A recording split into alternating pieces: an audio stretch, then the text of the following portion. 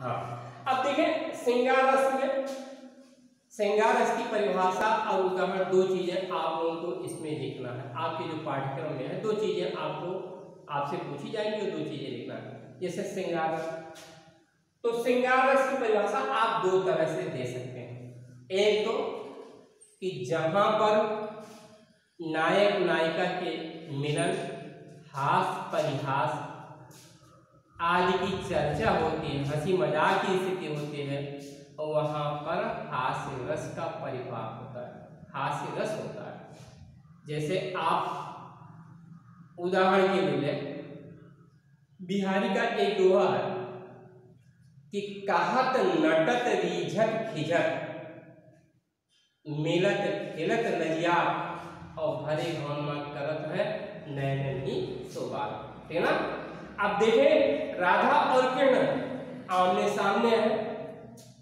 कहत नटत, न अपने मन की प्रेम की बातें राधा जी कृष्ण से कह सकती हैं समाज के भय के कारण, न कृष्ण जो है समाज के भय के कारण अपने प्रेम की मतलब बातें राधा से कह सकते हैं। कहत नटत मतलब कहते हुए चंचलता के भाव में, रीझत खिझत अर्थात रीझत मतलब प्रसन्न होते हैं और खिझत मतलब लजा जाते हैं।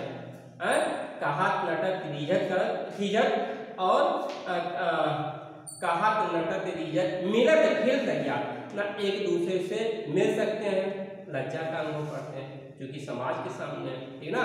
और भरे भवन में करत है नैन ही से बात, अर्थात आंखों से इशारों के माध्यम से राधा अपने भावाभिव्यक्ति को श्रीकृष्ण से कर देती हैं और श्रीकृष्ण अपनी निगाहों के माध्यम से अपनी भावाभिव्यक्ति राधा से कर देते हैं। तो निगाहों से प्रेम की बातें हो गई, तो ऐसी स्थिति में आपका यहाँ पे श्रृंगार रस होगा। ठीक है। श्रृंगार रस के आपके दो भेद होते हैं, एक आपका होता है संयोग श्रृंगार, एक होता है वियोग श्रृंगार। ठीक है ना। संयोग श्रृंगार, अच्छा हाँ, एक चीज इसकी परिभाषा हम एक और आपको बताते चले कि जैसे आपने जहां पे लिखा कि नायक नायिका के जहां पर परस्पर मिलन, हास परिहास आदि प्रसंगों का वर्णन होता है, वहां पे श्रृंगार होता है। इसको आप दूसरी परिभाषा में इस तरीके से डाल दें कि जहां पर विभाव अनुभाव संचारी भाव से संयोग करके रति नामक अस्थायी भाव की निष्पत्ति होती है, वहां पर आपका श्रृंगार रस होता है। ठीक, उदाहरण आपका यही हो जाएगा। श्रृंगार रस के दो भेद, संयोग श्रृंगार, वियोग श्रृंगार।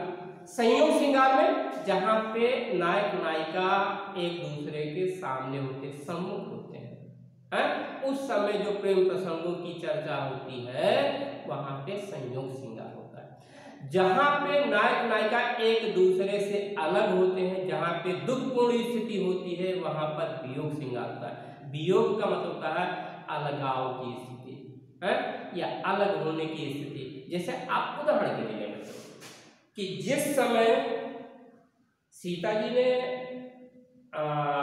रामचंद्र जी से सोने के मृग को प्राप्त करने के लिए जिद की, मामा मारीच जो है सोने का मृग कर मतलब बन करके रावण के कहने पे छलावा करने के लिए आए थे। आप लोग ने ये प्रसंग रामचरितमानस में पढ़ा होगा, सुना होगा। ठीक है ना। तो उस स्थिति में क्या होता है कि जब मृग का शिकार करने के लिए रामचंद्र जी पीछे पीछे चल पड़ते हैं, तो उस स्थिति में जब वो सोने का मृग आहत होता है रामचंद्र जी के बाणों से, तो उसके मुख से राम की आवाज में निकलता है, शब्द निकलता है, हे सीते हे सीते हे लक्ष्मण, हे लक्ष्मण। और हे लक्ष्मण में सीता जी जब सुनती है करुण पुकार तो कहती हैं तुम्हारे भैया संकट में है, और उस स्थिति में लक्ष्मण को भेज देते हैं।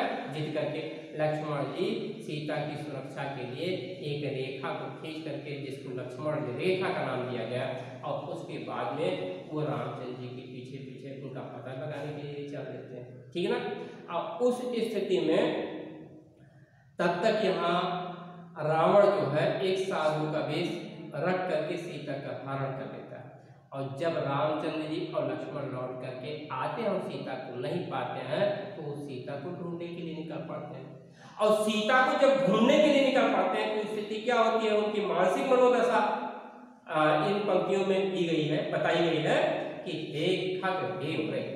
जब वो जंगलों में जाते हैं तो खग मतलब पक्षियों से पुकारते हुए कहते हैं हे खग अर्थात हे पक्षियों, हे मृग हे मृगों का समूह, हे मधुकर श्रेणी या हे मधुकर मतलब भंवरे, श्रेणी मतलब जंगल की एक मतलब पर्वतों की चोटियां, तुम देखी सीता मृगनी, तुमने मृग के समान नेत्रों वाली सीता को देखा, ठीक है ना। तो यहाँ पे जो दुख की स्थिति है रामचंद्र जी की, जो मतलब करुणापूर्ण स्थिति है, उस स्थिति को के कारण यहाँ पर आपका वियोग श्रृंगार हो जाए। ठीक बच्चों, यह आपका रस। उसके बाद में आपका दूसरा रस आपका वीर रस है। ठीक, वीर रस में आपका इसका अस्थायी भाव उत्साह होता है। ठीक, जहां पर किसी युद्ध की स्थिति, मारकाट की विभीषिका या परस्पर मतलब गण आमने सामने हथियारों से लड़ाई है, तो जब इस प्रकार की भाव की स्थिति होती है तो वहां पे वीर रस का परिपाक होता है।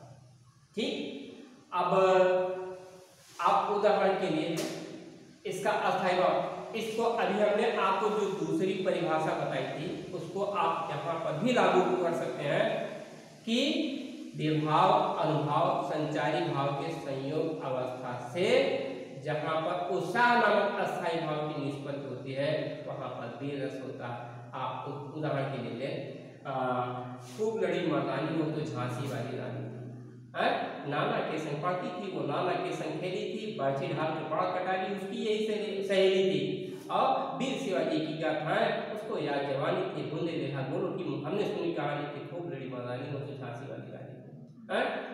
और उसके बाद में आप ले लीजिए दूसरा उदाहरण, रणबीर चौकड़ी भर भर का चेतक बन गया, डला था राणा प्रताप के कोड़े से पड़ गया, हवा का पाला था, गिरता के पीछे करते राणा प्रताप का घोड़ा था, वो दौड़ रहा अपने मस्तक पर, वो सामान का घोड़ा था, जो तनिक हवा से भाग नहीं टेका सवार हो जाता था, राणा की पुत्री प्री नहीं तब तक चेतन हो जाता था।